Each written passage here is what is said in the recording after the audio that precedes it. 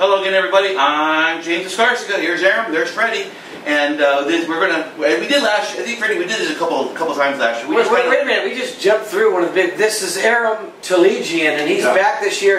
Aram wasn't with us last year for a number of reasons. We won't go. Aram's back. But he's back, and he's going to be doing drills all season. I think I was with you for a couple. Yeah, look for those on Monday. The 2-minute drills are going to be coming out. James is going to post those. I'll be on vacation. Sorry, had it planned a long time ago. But what we're going to go over right now, the last 2 weeks we've done a season countdown of the top 10 teams. We put Aram in charge. Selecting the top 10. Blame me. So we can go over that. There are some question marks. So we're going to go over these, and we're going to go over them real quick just to give you an idea, just kind of a recap of who we selected. So here we go. So you've got Bishop Amat at number 1, Aram. What's your thoughts? You know, let's just start by saying this, okay? We've talked about it a little bit here today in previous videos. Yep. When you're ranking teams across 13 divisions, yes, it's comparing apples to oranges. Yes, head-to-head is part of it. And yes, you know, who has the better season in their own little corner of the world. It's a debate and an argument we've had for years. It's an imprecise formula.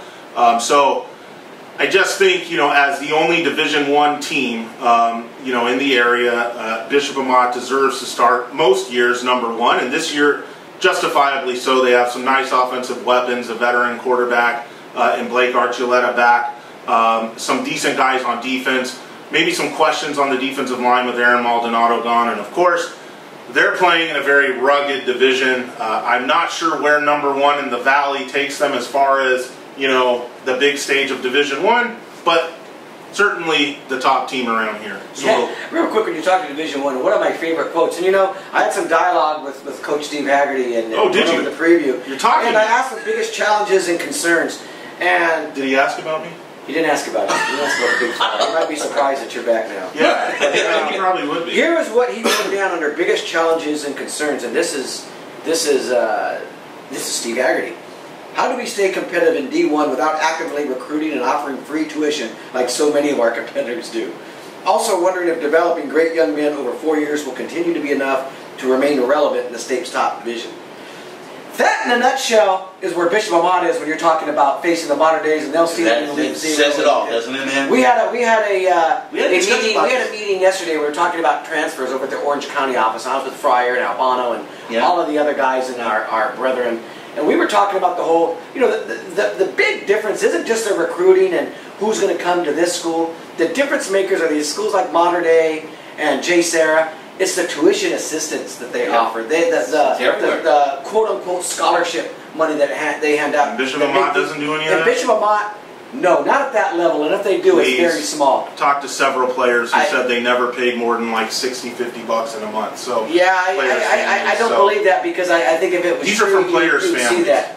I think if it was true, you do see it. No, I don't. Ask around. I think you'd see. No, that's a ridiculous excuse. If you want to say we don't belong, you know, in a division where they're super recruiting, Amat does a little bit of that too, and I've seen that with my own eyes also. But no, do they do it on the level of Bosco or Modern Day and build super stadiums and stuff like that? No, they don't, and therefore I don't think, you know, 85% of that division should be in a division with those teams. And that's the difference. If you're looking at, let's use Division I college football as an example, and you have a certain amount of scholarships, all programs can hand out to keep things on a sort of an even level. It's a big difference. Even if let's just throw it up.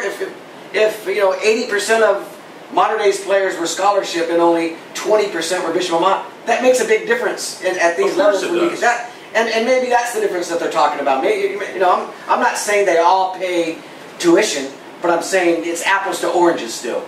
So Modern Day so Bishop Amat will play Modern Day at the San Ana Bowl Friday night, and I have been told this is the last time they're going to play Modern Day on their schedule, just for that exact reason that's Haggerty mentioned in that email. I've been told. Look, I think it's a legitimate gripe if you're Bishop Amat or several other D1 teams. You know, why are we in a division with these you know, borderline Division III college teams? Yeah. You know, Bosco and Modern Day.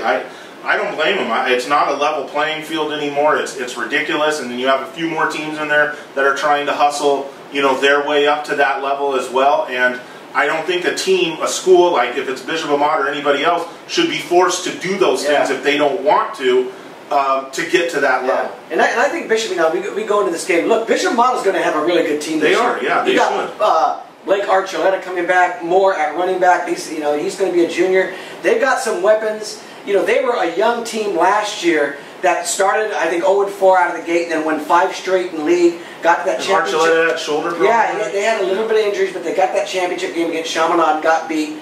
That first round of the playoffs, Jay Serra went all the way to the finals and lost to Mater Dei. They gave Jay Serra, Bosco. I'm sorry, St. John Bosco. They gave St. John Bosco their toughest game of the playoffs, except for that final loss to Mater Dei. They were right there with them through 3 quarters, and they're a much better team. Wasn't that game like 21-0? And then like Amat I think it was a touchdown game going into the 4th quarter. Yeah. It was a touchdown game going into the 4th quarter. And we want to move on here, but just one last one. When I went to go watch them scrimmage against Charter Oak, I had a chance for a brief minute to talk to Mike DiFiore. He really likes his defense this year. And when he says he likes his defense this year, look out. Yeah, I know they got guys back at linebacker and maybe a couple in the second. They have a pretty good 3-star recruit at DB. I can't remember the kid's name. But I just wonder about their D-line, sans Aaron Maldonado. I mean, he was so much of that team up front last year. But maybe they got horses up there again. And I do think you look at their non-league, they're going to lose the first game to Mater Dei. I mean, I think everyone agrees with that. But those first 4 non-league games, I think they can go 2-2. Yeah. I don't even think 3-1 is I think it's realistic. Okay. So let's move on. Number 2. Another team who's got some questions up front this year is St. Francis. Number 2. They're number 2 in the rankings. And I think everybody in the Valley wants to send our very best Jim Bonds. He's going through some stuff right now. Coach. We're thinking about you, and I had a great conversation with him a couple weeks ago. He's doing a lot better. But one of the things he mentioned with this particular team this year, Aram, he's got some holes to fill up front. Yeah, he does. I kind of have noticed through the years that St. Francis is generally, plug and play as far as the line guys go. I know they've had some decent ones. Some a little better than others, but I don't really ever worry about this with them. They're very good at developing line guys. They're maybe not ever overly big, but they're not necessarily ever overly small. Yeah. I don't worry about that. And with the skill guys they have coming back, with Darius Parantes at quarterback and Kevin Armstead now, the featured running back, they've got some skill guys. They need to do a little replacing at receiver, but you talk about Jim Bonds. I mean, not only is he the QB whisperer, but their offense has also become plug and play. They always have skill guys that can catch the ball and do things with it. To me, they're a clear number 2. Biggest problem for them, Freddie, they're in Division 2 this year. Yeah, that's a big leap. I think those top 2 divisions always, Division 1 and 2, are so talented. I thought St. Francis was in the perfect division for them last year in Division 3 with the perfect opportunity. Right. And they lost in that last second field goal in the championship game. Would have been, I'm not sure why that should move you up. Yeah. I mean, they weren't. Charter Oak was the number 1 seed. Because there's enough teams in Division 2 at bad years who are going to go down, and they were in the finals of Division 3. I just don't see why that. It's how many come down. But again, they're going to be very good. You have a quarterback like that, you're going to be right there. Are they going to be good enough to win in Division 2? I don't know. I still think that the league is kind of interesting because it's just a 4-team league now with Alamany, Cathedral. And, actually, it's not Alamany. No, Cathedral. It's Cathedral, Salesian, Crespi, and St. Francis. Yeah. So they'll make one of the 2 HCs for sure. They will not play on Friday. They play next week at Miracosta, and again, we send Jim our very best. Let's go quick now. Number 3. Well, Hubbard's number 3, and this game will be their opener. Will be on the prep zone. Great opener against Upland. Against Upland, and we all thought that Hubbard was going to win last year, and they got spanked. Yeah, and now there's a little bit. They've had an interesting offseason. There's a little bit of a transition. You have a new QB coming in, but he's a hyped kid, Ryan Zanelli. Yep. I think he started his career at Oulu. Yep. And now he's ready to take the mantle, and he's supposed to be a good one as a junior. He looks good. Yeah, and you thought they lost a couple guys. They lost their stud. I want to say receiver Woolard to Mission Viejo, stud linebacker, the Samoan kid to Mater Dei. But what do they do, Freddie? They go right to the transaction wire. Number 1, they don't complain. Right. They don't complain about it because they know how to play the game. Other schools, not mentioning names, would complain. But they don't complain about it, and look what happens. A running back comes in from Jay Sarah, isn't that right? That's correct. And then wasn't there like a receiver that came in too or something? Yep. I forget. So Mazzotta knows this is win some, lose some, gain some, lose some type thing. They're going to be stacked again. But they have one of the best players in the area, Freddie and Clark Phillips. That's the DB. Yeah. Look at every year. I mean, this is our Orange County adopted child into the San Gabriel Valley. I call him Whittier. Top 10. They're going to be right there again every year. They've been the most consistent program, the best program over the last 10, 15 years. Wouldn't you agree? Even more than Charter Oak. Yes. Even more than La Mirada. Extremely consistent winner. Yeah, he's got what, 5, 6 and rings? at a higher level. So we'll find out. They've got one of the best, if not the best, coaching staff of all the teams that we cover. I mean, but they're looking for an offensive line coach. Did you see that? I saw that posted somewhere. Saw that. Teaching job comes with it or something. Interesting. Imagine that, a teaching job coming with an offensive line coach. Yeah, and that's a beautiful. There's schools all over the valley can't even get a beautiful district to get work a head coach too. to teaching job. Just one last thing on La Habra. They play Mission Viejo in a couple weeks. That's going to be an interesting game. We're going to fast track Charter Oak because we talked about them in one of our videos. Arcadia is number 5. Well, Charter Oak was number 4. Yeah, 4. Arcadia is number 5. And I think we're kind of both plugged into what's going on over there at Arcadia. There's another team that decided to hit the transaction wire. Yeah, they did. They did it very well. They got some guys in and then lost them right away. We're speaking of a quarterback that was at LaSalle last year that's now went to Arcadia. Now he's at Long Beach Poly. And then Arcadia's would have been QB, went to Arroyo for all of about 2 days and then went back to Arcadia. Yep. We're all set there.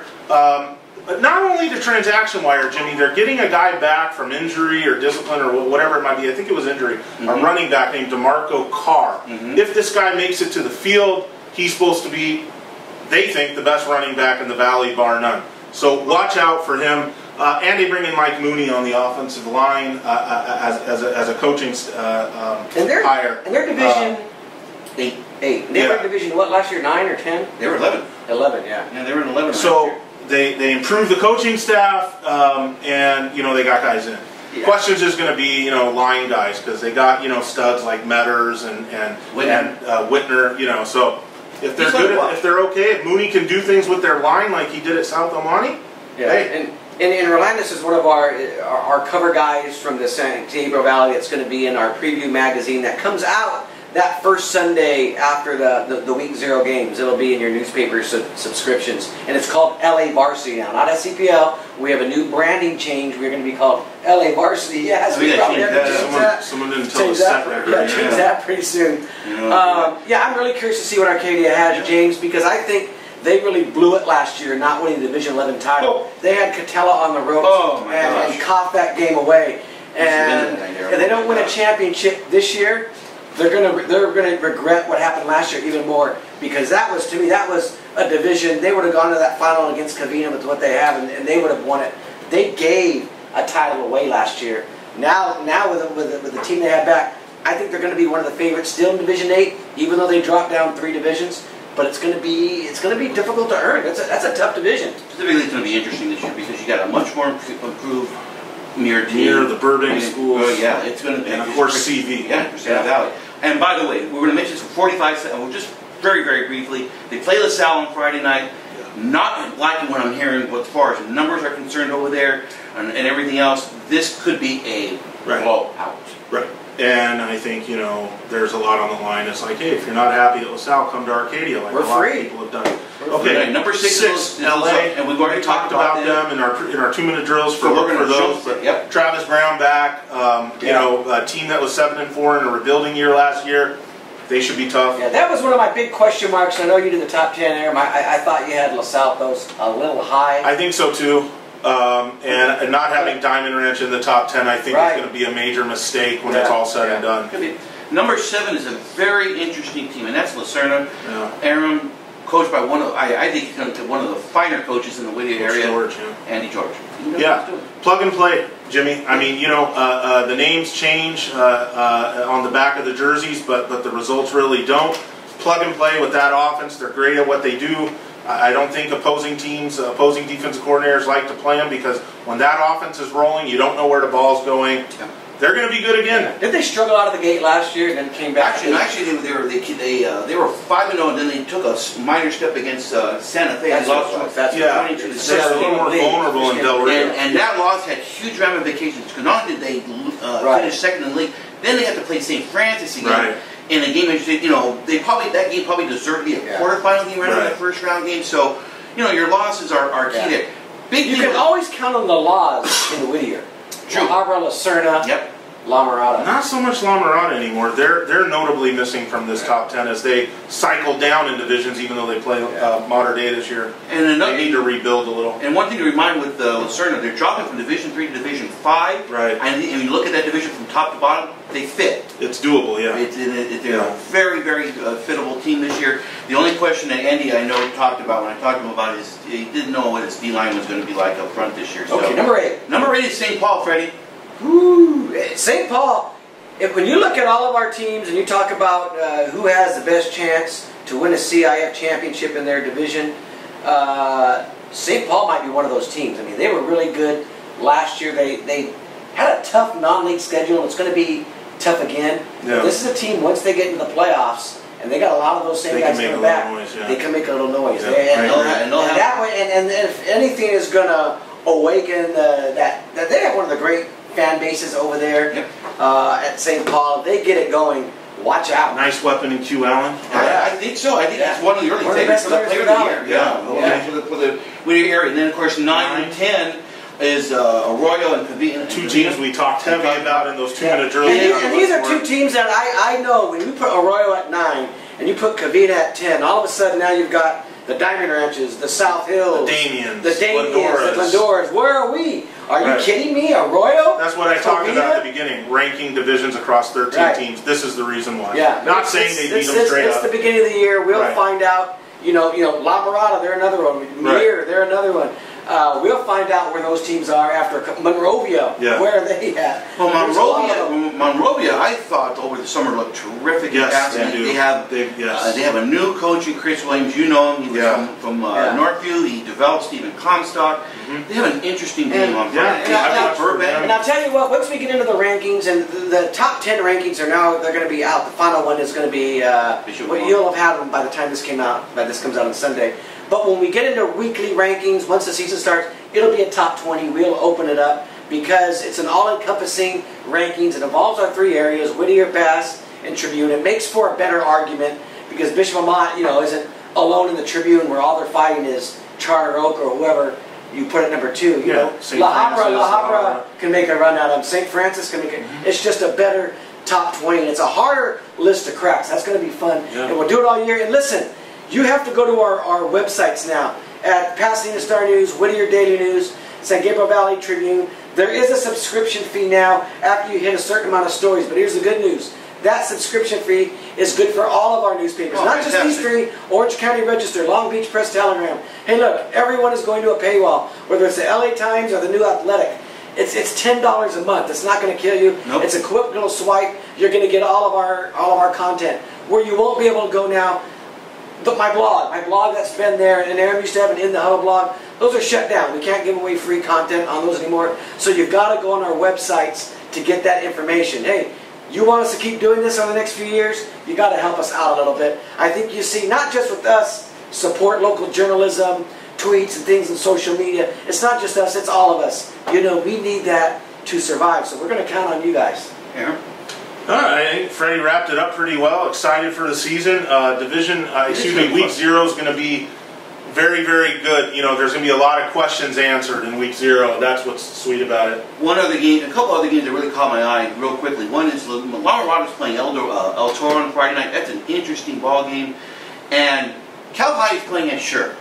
That is another game that I think you might want to watch. Yeah. It's a great Whittier game. Sure High School is loaded up with a bunch of transfers, but Cal High is a much more improved team. They're going to vie for the Del Rio League Championship this year. That's going to be another interesting game as well. So I think in the second in that week, the game I'm really kind of looking at, I think Diamond Ranch plays Chino Hills the following week. Yeah. That's going to be really... And Chino Hills kind of... Well, speaking of it, they play Pomona, and that's a huge game for just territorial rights because Diamond Ranch wins. All those players somehow They're starting to go get right over already. there. So, as Freddie mentioned, we've got the ticker down below with where you can log on to follow us on Friday night with our Twitter handles and with our game stories and everything. Follow James and Aram as much as you can. I unfortunately, with 3 freaking high school football games on a Friday night, I scheduled my vacation way back in January. That's right. I'll be in Cabo San Lucas next week, following these guys. And who knew the season started August 17th? Yeah, I'll be at some canteen on Friday night. Just and just a final fact, Thanksgiving weekend is championship weekend. Just remember that, folks. Wow. It'll be here sooner than later, Jimmy. Yeah, exactly. Hey guys, we're so glad to be back with you again. We're going to have the big guy here every week. Friday will be here. We're going to highlight some of the top games in the area. And of course, we're going to try to do this every week. We've got like a little notebook just to, touch on some hot topics within the area. We'll see you all on Friday night. Thank you all very much.